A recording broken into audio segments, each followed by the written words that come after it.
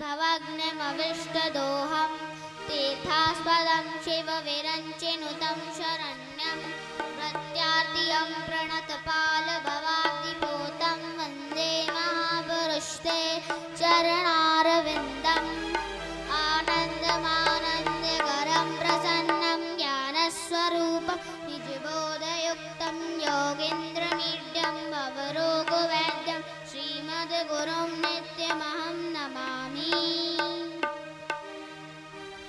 अपने अपने घरन की सब काहू को पीर, तुम्हें पीर सब घरन की धन्य धन्य रघुवीर, धन्य धन्य रघुवीर। आइए 2 मिनट भगवान नाम संकीर्तन करते हैं।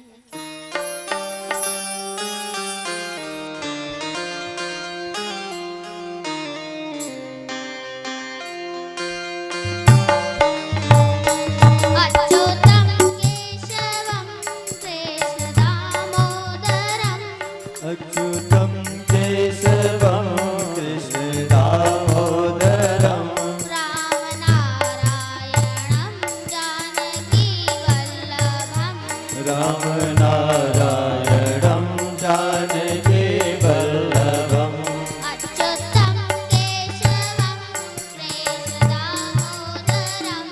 अच्युतं केशवं कृष्ण दामोदरं रामनारायणं जानकीवल्लभं रामनारायणं जानकीवल्लभम् कौन कहते हैं भगवान आते नहीं, कौन कहते हैं भगवान आते नहीं, तुम मीरा के जैसे बुलाते नहीं। तुम मीरा के जैसे बुलाते नहीं। अच्युतं केशवं कृष्णदामोदरं अच्युतं केशवं कृष्ण दामोदरं रामनारायणं जानकीवल्लभं रामनारायणं जानकीवल्लभम् कौन कहते हैं भगवान सोते नहीं, कौन कहते हैं भगवान सोते नहीं, माँ यशोदा के जैसे सुलाते नहीं। माँ यशोदा के जैसे सुलाते नहीं। अच्युतं केशवं कृष्णदामोदरं अच्युतं केशवं कृष्ण दामोदरं रामनारायणं जानकीवल्लभं रामनारायणं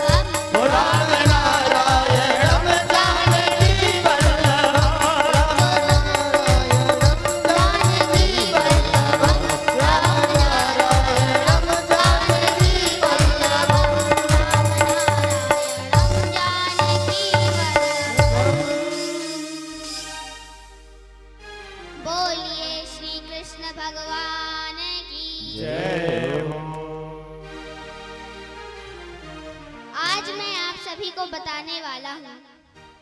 भगवान को भक्ति प्रिय है, इसीलिए वह भक्त के वश में रहते हैं। जो भगवान है वो कभी किसी की आयु नहीं देखते कि वो कितने वर्ष का है। भगवान किसी की गरीबी अमीरी नहीं देखते कि वो गरीब है अमीर है। भगवान किसी की अवस्था नहीं देखते। भगवान किसी के अनपढ़ और पढ़ा लिखा नहीं देखते। भगवान उसकी सिर्फ भक्ति देखते हैं। जो भगवान है वो हमेशा किसी का कोई अच्छा है बुरा है ये सब नहीं देखते। भगवान उसके आचरण नहीं देखते। भगवान बस देखते हैं तो उसकी भक्ति देखते हैं। भगवान को जो व्यक्ति है उसकी भक्ति भगवान को बहुत प्रिय है। जो भगवान को सच्चा प्रेम करता होगा वही भगवान को प्राप्त कर सकता है। एक कथा आती है संत नामदेव जी की। नामदेव जी भगवान विट्ठलनाथ जी के बहुत बड़े भक्त, जिन्होंने भगवान के कई बार दर्शन किए, 28 बार तक दर्शन किए। बहुत बार उन्होंने भगवान के दर्शन किए। वो हर चीज में भगवान को देखते थे।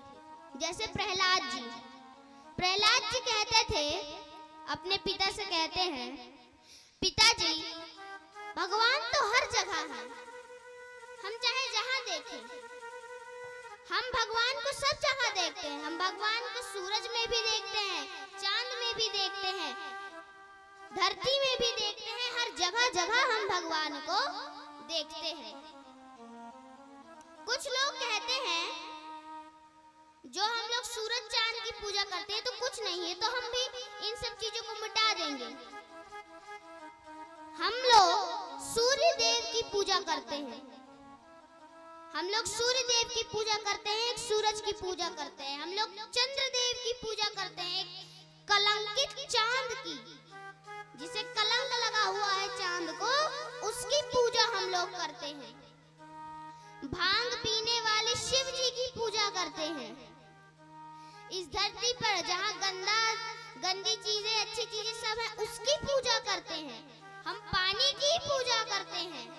यहाँ तक जो माताएं होती हैं, जो पत्नियां होती हैं, वो अपनी पति की पूजा करती हैं करवा चौथ पर। हम सब चीजों की पूजा करते हैं। भगवान हर जगह है, हम सब में भी भगवान है। वसुदैव कुटुंबकम, हम सब में भगवान है। ये प्रहलाद जी हिरण्यकश्यप से कहते हैं। हिरण्यकश्यप कहता है, तू कहता है कि सब जगह भगवान है तो दिखा, आज मैं भी तेरे भगवान से मिलूंगा।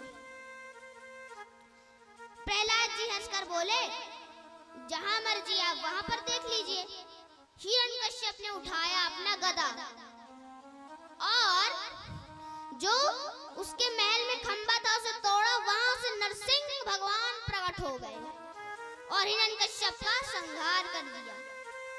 जो सब लोग बोलते हैं भगवान, सब लोग तो ऐसे ही बोलते हैं कि भगवान सब जगह होते हैं। ये बात तो सत्य है।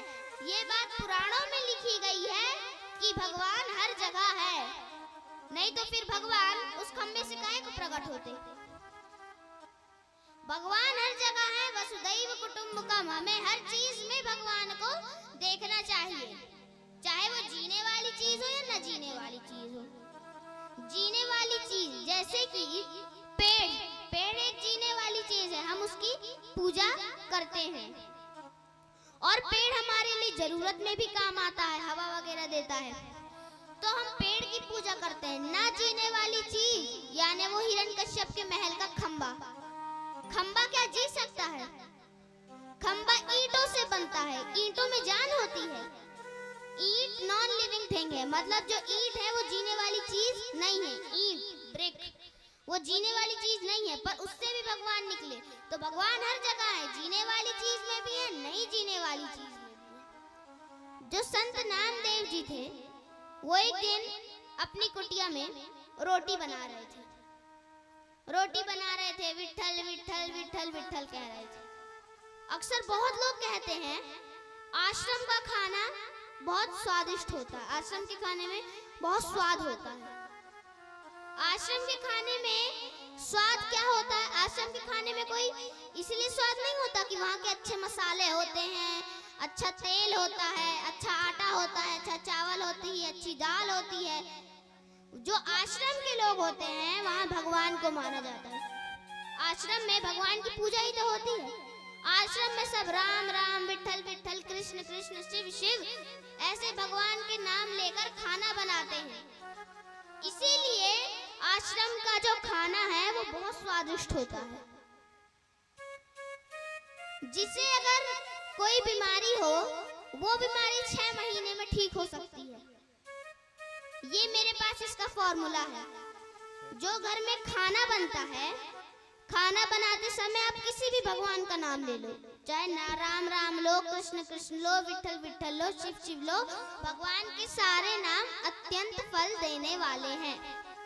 अब चाहे आप जो भी नाम लेके खाना बनाओ, 6 महीने के अंदर ये जो दवाइयाँ आती हैं, दवाइयाँ भी बंद हो जाएंगी। ये नाम लेकर जो लोग खाना बनाएंगे और जिसे बीमार है उसे देंगे, 6 महीने में, 1 साल में, चाहे जितना समय लगे, उसकी बीमारी ठीक हो जाएगी। ये एक फॉर्मूला है। तो जो संत नामदेव जी थे वो नाम भगवान का नाम लेकर रोटियां बना रहे थे और रोटी बनाते बनाते एक जगह रखते जा रहे थे। वहां पर आ गया एक कुत्ता। अब आजकल के लोगों की क्या परेशानी है? कुछ लोग जानवरों को कहते हैं कि जानवरों को मारना नहीं चाहिए, और कुछ लोग कहते हैं जानवरों को मारना चाहिए, परेशान करते हैं। तो जो कुत्ता था वो नामदेव जी की 2 रोटियां मुंह में दबा के जाने लगा। 2 रोटियां मुंह में दबा लिया और धीरे धीरे जा रहा था। नामदेव जी ने उसे देख लिया। अब कुत्ते ने नामदेव जी को देखा, नामदेव जी ने कुत्ते को देखा। अब कुत्ते ने सोचा डंडे खाने से पहले यहाँ भाग लेना चाहिए, तो कुत्ता भागने लगा। अब संत नामदेव जी दयालु स्वभाव के, उसमें भी कुत्ते में उन्हें भगवान दिखने लगा, कुत्ते में उन्हें भगवान दिखने लगा, और एक कटोरी में घी लेके चल दिए। भागने लगे, पकड़ने लगे कुत्ते को। कुत्ता सोचा मुझे पकड़ रहा है, पर राम ने, जो नामदेव जी थे, उन्होंने कुत्ते में क्या देखा? भगवान को देखा कुत्ते में। तो उसके पीछे भागने लगे, कहने लगे, प्रभु आप सूखी रोटी क्यों खा रहे हैं? खाना है तो घी लगा के खाइए। और उसके पीछे भागने लगे। कुत्ता भी डर गया, रोटी रख के भाग गया, और नामदेव जी दुखी हो गए कि मेरे प्रभु ने खाना नहीं खाया। अब जो कुत्ते थे, मैंने अभी आपको बताया कि सब चीजों में भगवान होते, तो कुत्ते से भगवान प्रकट हो गए और नामदेव जी को दर्शन दे दिए। बोलिए सियावर रामचंद्र की जय हो। कुत्ते से भगवान प्रकट हो गए और उन्होंने नामदेव जी को दर्शन दे दिए। जो भगवान है वो किसी का अवस्था वगैरह कुछ नहीं देखते।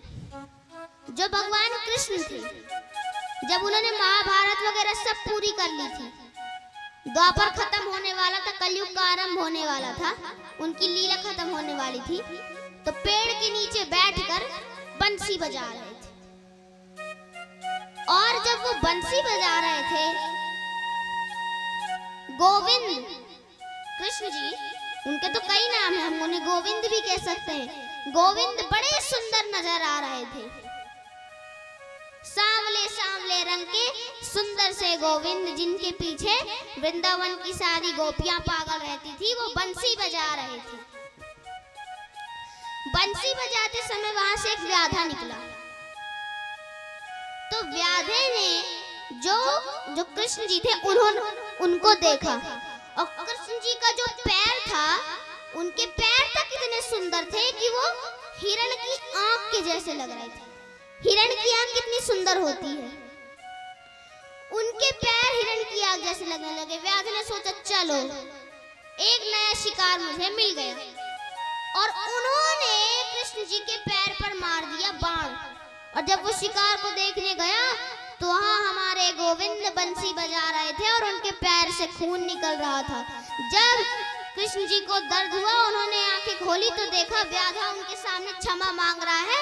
मुझे माफ कर दीजिए प्रभु, मैं हिंसा करता था, पर ये जो मैं हिंसा कर रहा हूँ ये करना भी मेरी मजबूरी है।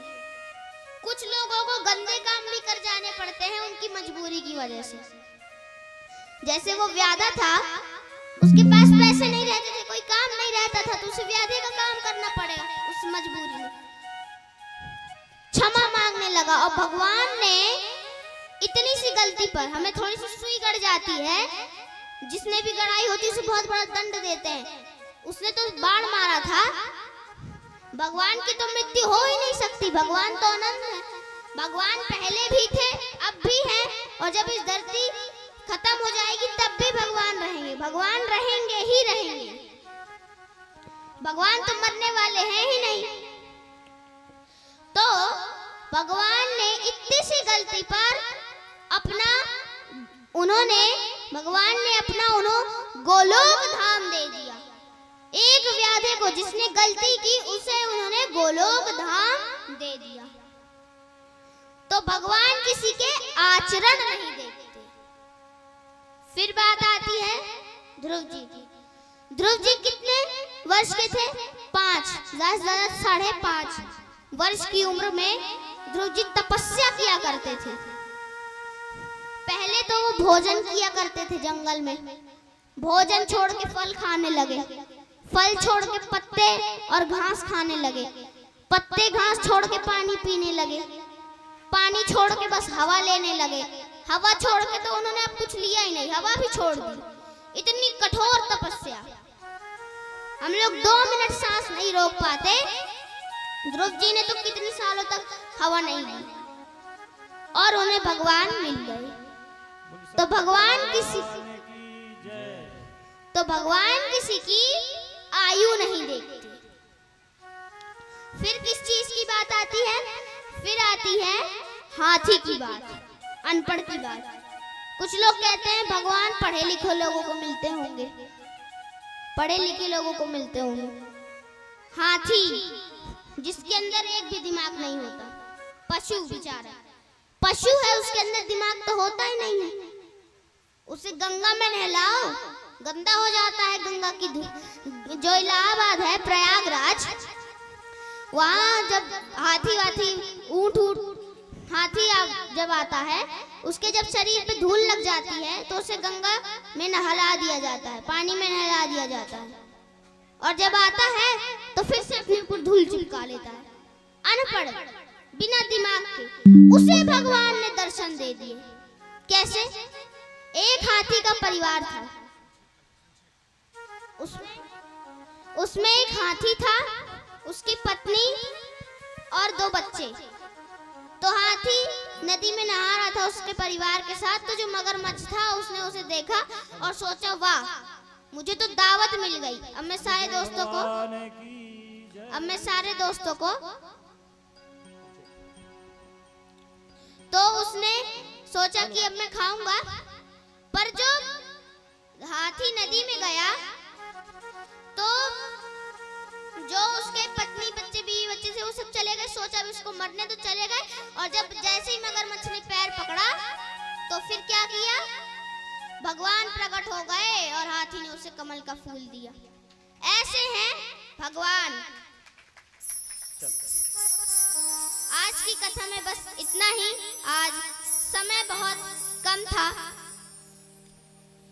अब आप सभी लोग YouTube के माध्यम से बाकी की कथा भी देख सकते हैं।